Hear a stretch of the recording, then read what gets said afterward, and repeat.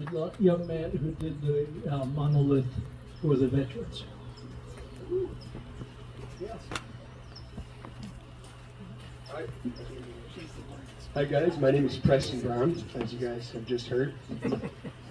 Sorry, I'm a lot of air because I was just climbing around, but I have a little story to tell actually about why I am proud to be an American. So, it was a really long day in school. You know, I had to listen to my teachers all day, like drilling words in my brain. So I was exhausted from that. I just had practice, so I was exhausted from practice. Like, I was just done. I was ready to just check out and relax, but I get home and I realize I still have hours of homework to do. I have chores to do. And I was overwhelmed. You know, my mom's like, hey, you gotta do some chores. And I was like, yeah, I don't want to clean the toilet again. I just did that 2 days ago. So I argued with my mother a little bit. I'm like, I don't want to do chores. I'm exhausted. I'm done for the day. And I end up in my room. And so I'm sitting in my room, and I start to think for a minute. So I was overwhelmed with emotions of anger, just like tiredness and stuff. And then I remembered someone gave me really good advice before. It's to, when you're angry, when you're upset, when you're anxious, sit down and think what makes you grateful.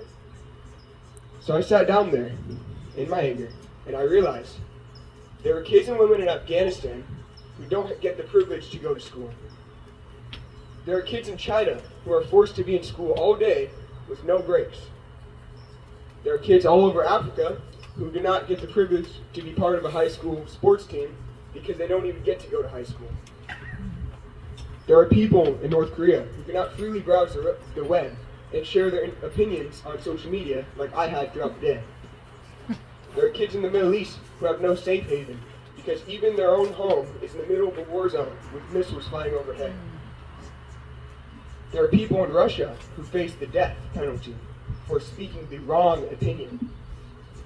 There are kids all around the world who don't have anybody to be their guardian and give them protection and love. There are kids everywhere who cannot eat 3 meals a day and have clean drinking water. I realized I was overlooking all the privileges I had. I had the privilege to protest against things that I disagreed with. I have the privilege to say whatever I want, think whatever I want, and marry whoever I want. I have the privilege to start a business and keep the majority of the earnings that I make. Unless you're in California. America is the only country in the world where these rights are upheld and protected. America is the land of the free. However, there is a cost for this freedom.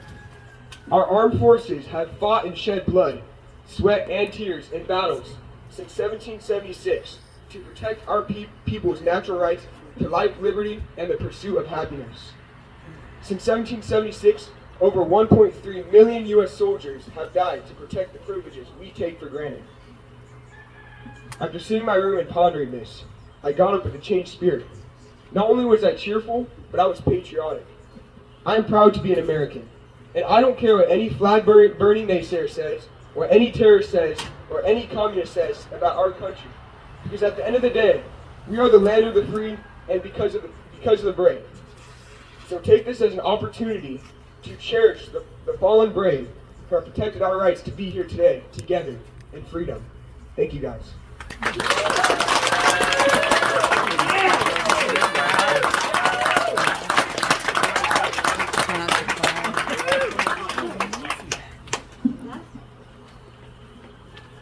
Outstanding. This is what I'm talking about, what the Scouts put out.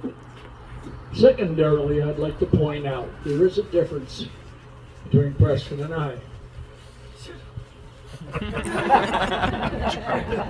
At 80, this is how I do my speaking engagements.